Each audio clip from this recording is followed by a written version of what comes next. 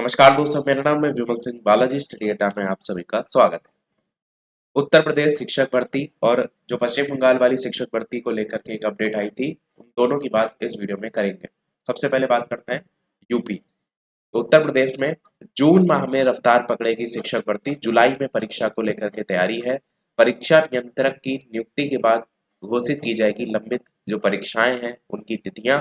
और न्यूज आपकी जो है वो प्रयागराज से प्रकाशित हुई है, जिसमें बताया गया है कि अशासकीय सहायता प्राप्त महाविद्यालय और अशासकीय जो माध्यमिक विद्यालय हैं उनमें लंबित पड़ी शिक्षक भर्ती जून में जो है वो रफ्तार पकड़ेगी। चुनाव जो परिणाम है वो आने के बाद नए शिक्षा सेवा चयन आयोग में अध्यक्ष और परीक्षा नियंत्रक की नियुक्ति जो है वो कर दी जाएगी।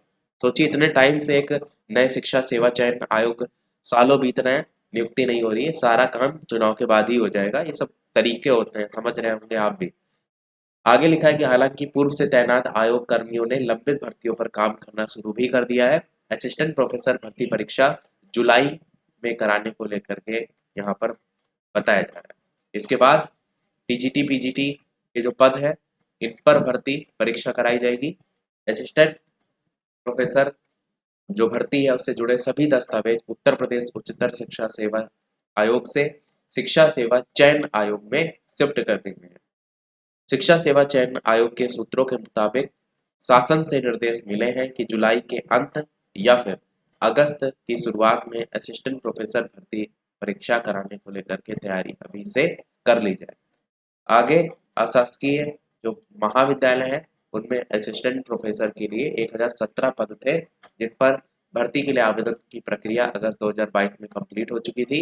इसके लिए 1.14 लाख अभ्यर्थियों ने आवेदन किए हैं। वहीं अशासकीय माध्यमिक जो विद्यालय हैं उनमें टीजीटी पीजीटी के 4163 पदों पर भर्ती के लिए भी आवेदन की जो प्रक्रिया है अगस्त 2022 में कंप्लीट हो चुकी है। इस भर्ती के लिए तकरीबन 13.19 लाख अभ्यर्थियों ने आवेदन किए हैं। शिक्षा सेवा चयन आयोग के सूत्रों का कहना है कि टीजीटी पीजीटी की परीक्षा बड़ी और असिस्टेंट प्रोफेसर जो भर्ती है उसके मुकाबले इस परीक्षा में कई गुना अधिक अभ्यर्थियों को शामिल होना है। ऐसे में परीक्षा असिस्टेंट प्रोफेसर भर्ती परीक्षा के बाद कराने को लेकर के तैयारी की जा रही है। अभी तक स्थायी अध्यक्ष की जो नियुक्ति है वो नहीं हो पाई है और ना ही परीक्षा नियंत्रक के पद पर तैनाती हुई है, जबकि परीक्षा तिथि से इसके आयोजन में परीक्षा नियंत्रक की भूमिका सबसे महत्वपूर्ण होती है।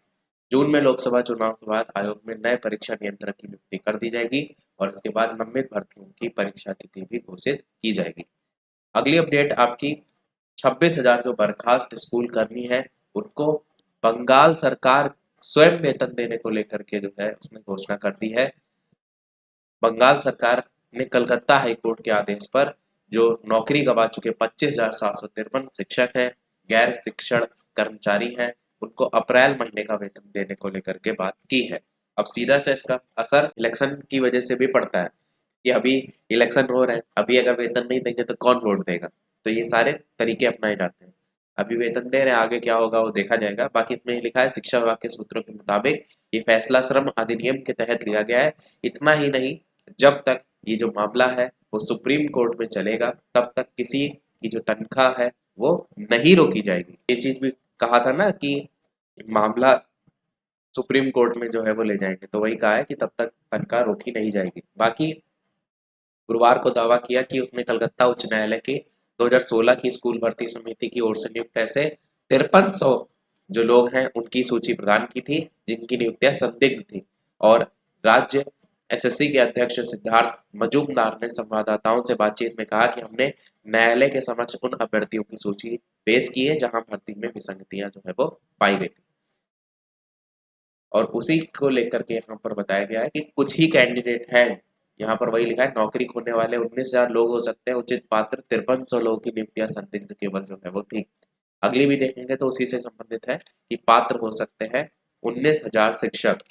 कहने का मतलब वही है कि जितने लोग संदिग्ध थे केवल उन पर ही कार्रवाई होनी चाहिए, ऐसा यहाँ पर मांग जो है वो की जा रही है। बाकी 19,000 शिक्षक पात्र जो है इसमें हो सकते हैं। बाकी यही था हमारे इस ओवरऑल अपडेट में। और जो मामला था वो सबसे लास्ट में इस अपडेट में देख पाएंगे कि बंगाल में 26,000 शिक्षकों की नौकरी रद्द, ये फैसला जो है वो पहले आया था, उसी के खिलाफ ये ऊपर वाला फैसला आपको देखने को मिला था। यही था हमारे ओवरऑल अपडेट में। वीडियो लाइक शेयर सब्सक्राइब कीजिएगा, कोई प्रश्न कमेंट में पूछ लीजिएगा। मिलते हैं अगले अपडेट में, तब तक के लिए नमस्कार, जय हिंद।